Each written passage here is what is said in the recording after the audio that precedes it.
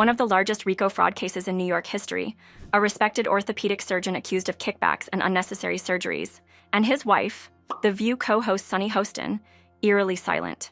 Add Joe Rogan into the mix, throwing verbal punches at the hypocrisy, and you've got a scandal too juicy to ignore. So, how did Sunny's world turn upside down? And why isn't she saying a word? The lawsuit alleges Hostin knowingly provided fraudulent medical and other healthcare services in exchange for kickbacks and or compensation, and names him among nearly 200 defendants in one of New York's largest RICO cases. As the news reports, Dr. Hostin is caught in a legal whirlwind as one of 180 defendants in a colossal RICO case, the largest ever filed in New York. The accusations are insane. He's being accused of participating in a scheme to exploit the healthcare system, allegedly receiving kickbacks for recommending or performing unnecessary surgeries. These weren't just any surgeries. They targeted taxi drivers, Uber drivers, and Lyft drivers, the kind of people who often depend on their physical well-being to make a living. A patient walks into a clinic expecting care, but instead, they're used as pawns in a scheme designed to milk insurance companies dry. Surgeries they might not have needed were billed to insurance. Money exchanged hands behind closed doors, and the whole system operated like a shady underground operation. If this sounds like the plot of a medical drama, it's not. It's real life, and it's messy. What's even more shocking is the sheer scale of the case. With 180 defendants named, including other doctors and medical practices, this isn't just a few bad apples. It's a massive network. The implications of such a case extend far beyond Dr. Hostin, raising questions about how deep the corruption runs in the healthcare industry.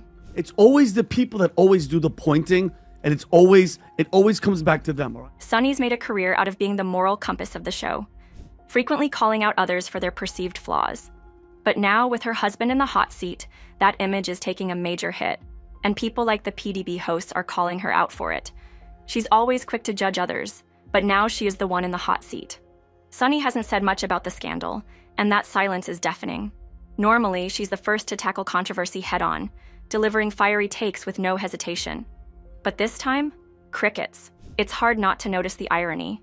Someone who spent years lecturing others about accountability is now being accused of avoiding it herself. This has left fans and critics buzzing with speculation. Is she staying quiet to protect her image? Is she waiting for legal advice before making a statement? Or could it be that she's genuinely struggling to process the situation? Whatever the reason, her silence is speaking louder than words, and people are starting to question whether she's as authentic as she seems on TV. This whole ordeal has painted Sunny in a new light. It's easy to preach about morality when you're not in the spotlight. But when your own household is under scrutiny, it's a different story. People are asking, if she knew about her husband's alleged activities, how does that align with the values she so passionately defends on The View? And if she didn't know, does that make her ignorant or just unlucky? Of course, no scandal involving a major public figure would be complete without Joe Rogan chiming in. Rogan, the podcast king with millions of listeners, didn't hold back when discussing Sunny and The View. And let me tell you, he went for the jugular. They get so much hate watching and hate watching viral clips of them saying ridiculous things. I mean, it is a rabies-infested hen house. Rogan called out Sunny for what he saw as blatant hypocrisy, reminding his audience of her history of slamming others while her own house wasn't exactly in order. He also didn't shy away from roasting The View as a whole, calling the show a rabies-infested hen house. Ouch. According to Rogan, if you were to average out the IQ of the hosts, you'd struggle to hit triple digits. Harsh words, but his fans were eating it up. What really struck a chord was Rogan's frustration with the performative morality of the show. He pointed out how The View often positions itself as the moral authority on television, yet its hosts seem out of touch, and, in this case, downright hypocritical. His criticism wasn't just about Sunny. It was about the broader issue of people in glass houses throwing stones. Rogan has built his empire on being unfiltered and unapologetic. That's why his fans love him. They see him as the voice of reason in a world full of scripted, PR-polished narratives. His take on Sunny and The View was no exception. He called out the fact that they had an agenda to this. I think she came into it with an agenda. Of course. You know. They do everything with an agenda. Yeah. You know. Rogan's fans were quick to rally behind him.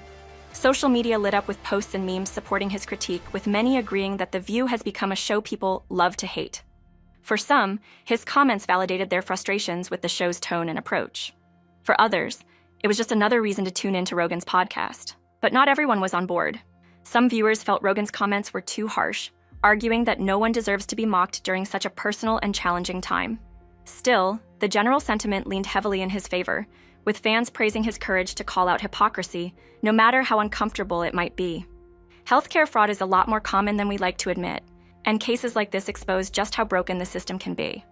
The idea that doctors, who are supposed to be the ultimate symbols of trust and care, might prioritize profits over their patients is a hard pill to swallow. It's a betrayal that cuts deep. Imagine going to a doctor in good faith, believing you'll get the treatment you need, only to find out later that you were part of a money-making scheme. That's the kind of thing that makes people lose faith in the whole system. This isn't just about a few bad apples. The healthcare system has systemic issues that allow these schemes to thrive, whether it's unnecessary surgeries, overbilling insurance companies, or kickbacks for procedures that may not have even happened. The setup creates opportunities for exploitation. It's a vicious cycle, and unfortunately, the patients, the people who are supposed to benefit, often end up as collateral damage. But it's not just the healthcare providers who are under the microscope here. Insurance companies, like the plaintiff in this case, American Transit Insurance Company, ATIC, have their own skeletons in the closet. These companies are notorious for exploiting loopholes to deny claims, underpay doctors, and avoid taking financial hits. ATIC is now accusing Dr. Hostin and others of scamming them, but some argue that the lawsuit might be more about their own financial desperation than seeking justice. But on the split side, there is also a video of Sunny implicating her husband for this wrongdoing on live television. My husband, operates on someone even though they don't have insurance, and then has to sue health insurance companies to get paid for the work that he's been trained his whole life to do. So there are a lot of problems with it. Think about it. ATIC claims they were billed for surgeries that either didn't happen or weren't necessary, which is serious. But at the same time, their critics say the company is teetering on the edge of bankruptcy and could be using this lawsuit as a way to shift blame and recoup their losses. If that's true, it adds a whole new layer of complexity to this already messy situation. Dr. Hostin's legal team is not holding back. They've issued a strong denial of all allegations, calling the lawsuit meritless and firmly standing by their client. His lawyer, Daniel Thwaites, came out swinging, openly accusing ATIC of filing the lawsuit as a desperate last-ditch effort to stave off financial collapse. Thwaites didn't mince words, framing the lawsuit as a strategic distraction meant to deflect attention away from ATIC's own precarious situation. It's a textbook legal tactic. When you're under fire, shift the focus to your accuser. But let's be real. This approach is only adding more fuel to an already explosive and dramatic case. If the allegations against Dr. Hostin and the other defendants prove to be true, the implications could be seismic. This case has the potential to become one of the largest RICO prosecutions in New York's history, with repercussions rippling far beyond the courtroom. Such an outcome could shake the healthcare industry to its core, leading to tighter regulations, increased scrutiny, and a further erosion of patient trust in their doctors and healthcare providers. On the flip side, if ATIC's financial troubles are revealed to be the true driving force behind the lawsuit, the backlash could be equally catastrophic for them. It could tarnish their credibility, leaving them to deal with the fallout of what would be seen as a desperate and unfounded legal maneuver. One thing is clear: no matter how this unfolds, the stakes couldn't be higher for everyone involved. Either way, the implications for both the healthcare and insurance industries are enormous and impossible to ignore. This case shines a glaring spotlight on systemic issues that desperately need addressing. If this doesn't underscore the urgent need for reform, it's hard to imagine what will. Patients deserve far better than to be treated as pawns in a high-stakes tug-of-war between doctors and insurance companies, each seemingly more focused on boosting their bottom line than on providing quality care. It's a harsh reminder of how broken the system can feel, leaving patients trapped in a battle where their well-being often takes a backseat to profits.